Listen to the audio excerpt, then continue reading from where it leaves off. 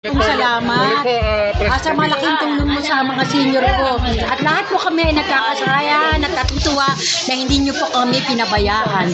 At hangad po namin na sana po ay kayo ang maluklok at mas matutulungan nyo po ang mga senior ng Barangay 745 at lahat ng taga Maynila.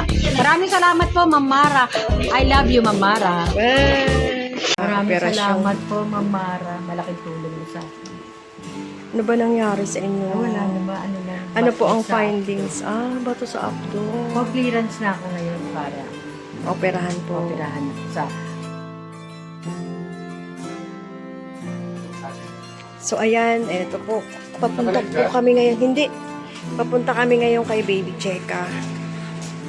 Nabalitaan namin na may sakit siya at kailangang maoperahan.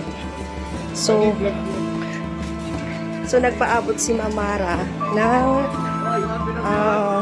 tulong para sa kanyang operasyon. Ito na po ang bahay ni Baby Check. Si Sir Odi. Boss Odi. Ano yun? So yan, nandito na po tayo sa bahay ni Baby Cheka. At ayan. Ayan si Baby Cheka ay. Pinainom sa'yo ni Chef Tony. Magaling daw yung bago ka opera.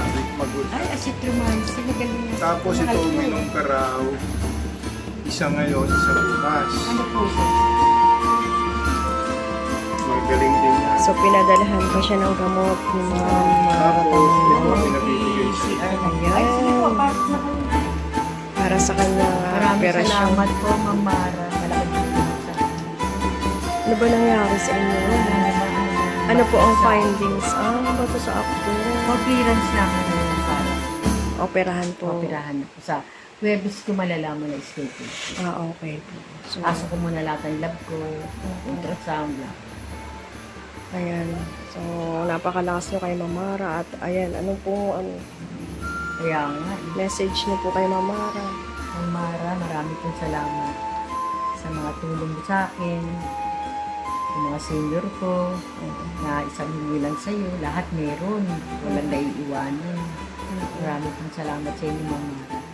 Huwag po kayo mag-alala, nandun kayo sa puso namin, lalo ako. Mahal ko po kayo. Nasaan sila?